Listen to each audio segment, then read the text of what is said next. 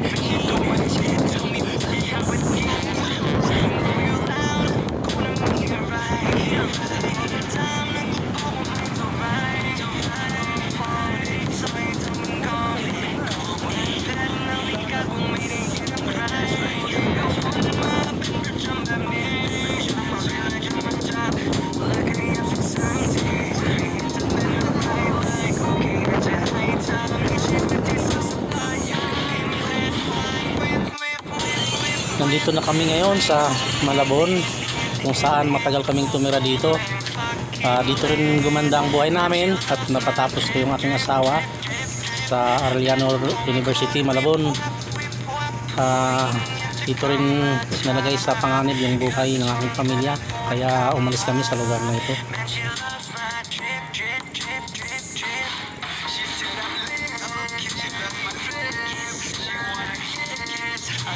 Masarap panirahan dito sa Malabon kasi halos lahat ng maisip mong negosyo magkiklik.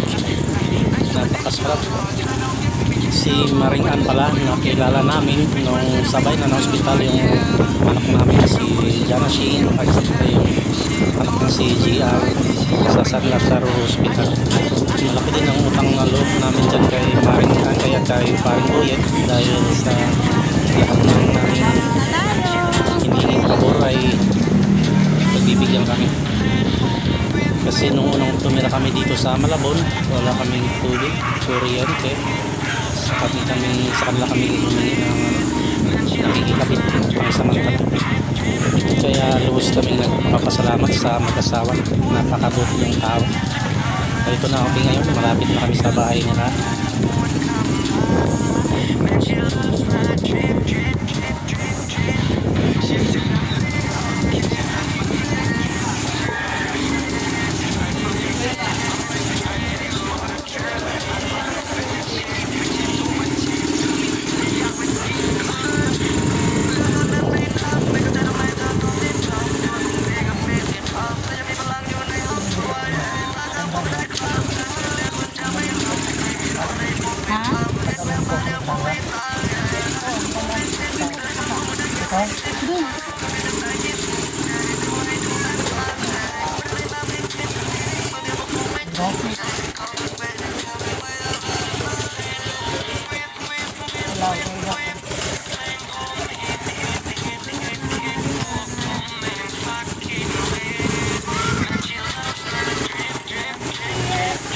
Finally, dito na kami sa bahay nila Maring Ann at Paring Boyet.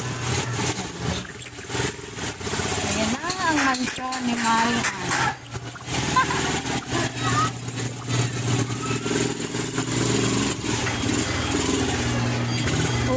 Ang laki ng mansyon ni Maring Ann. Des.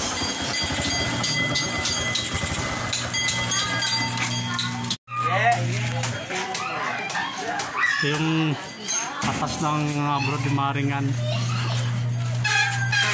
Palapag na. Sa loob first, oh.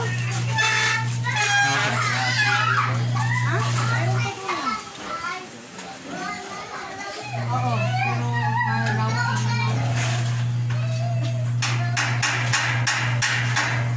Malapit na matapos pre ah. Kunti na lang. Nanginginig kasi yung kamay ito. Ito na, inaayos na namin. Maringan yung printer mo. Walang pwesto.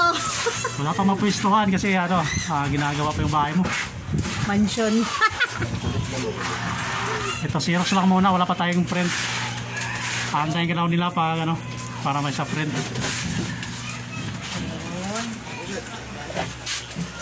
GR, oh, laki na oh. JR, bakit naman si JR? JR, rin ka rito JR.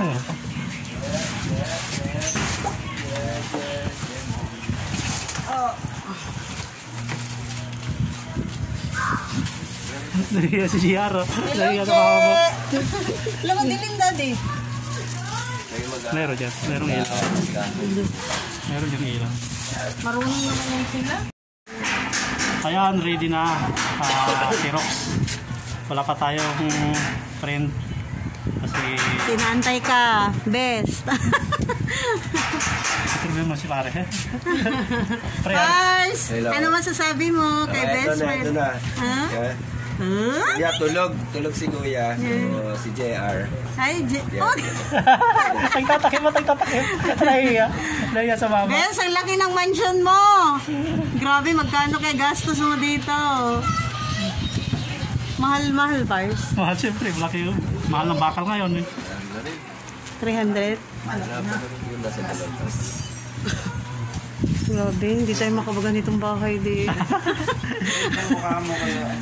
Ay, si Bogart. Si Ronnie Bulso na. Ay, nalilito ako sa dalawa.